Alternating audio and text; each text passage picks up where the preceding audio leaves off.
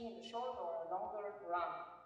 Well, that depends again on the importance that this crisis has for citizens, for the majority of citizens, not only across, but also within each and every member state in the EU. But more importantly, on the level of agreement or divisiveness of opinions on what the EU should do or should not do. Should it continue with trade and economic sanctions? Should the EU deepen cooperation in defense? Should the EU deepen cooperation in silent policy? Again, our results indicate, well, this depends on the level of agreement across and within states.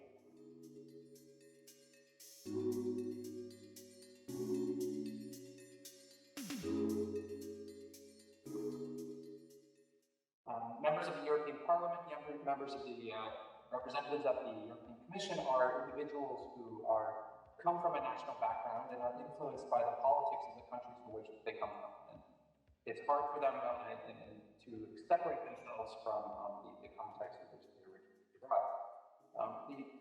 Their members of the Parliament are elected by national constituencies under different rules, often from the countries they come from or for their national parliaments.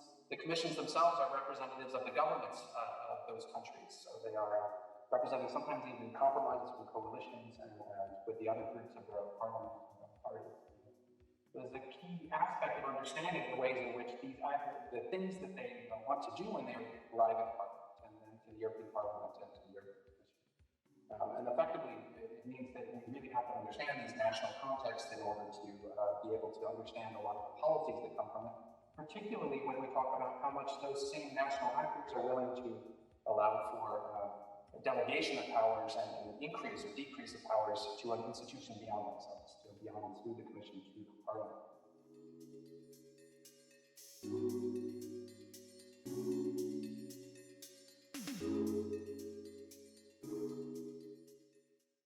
In the work with Universal Strategize and the analysis of parliamentary speech in national parliaments, we apply a multi-step procedure.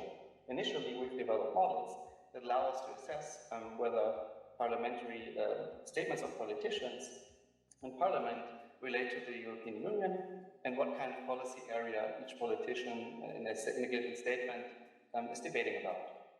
So that allows us, for instance, to aggregate all the statements of politicians debating about the environment in a given year. We then draw the semantic representations of these statements and essentially arrive at a representation of what a politician has been debating about environment in a year. Ultimately, we can then do a pairwise comparison between all the politicians arguing about environment and then use that information to pass them on a unified single line. So how does it help us?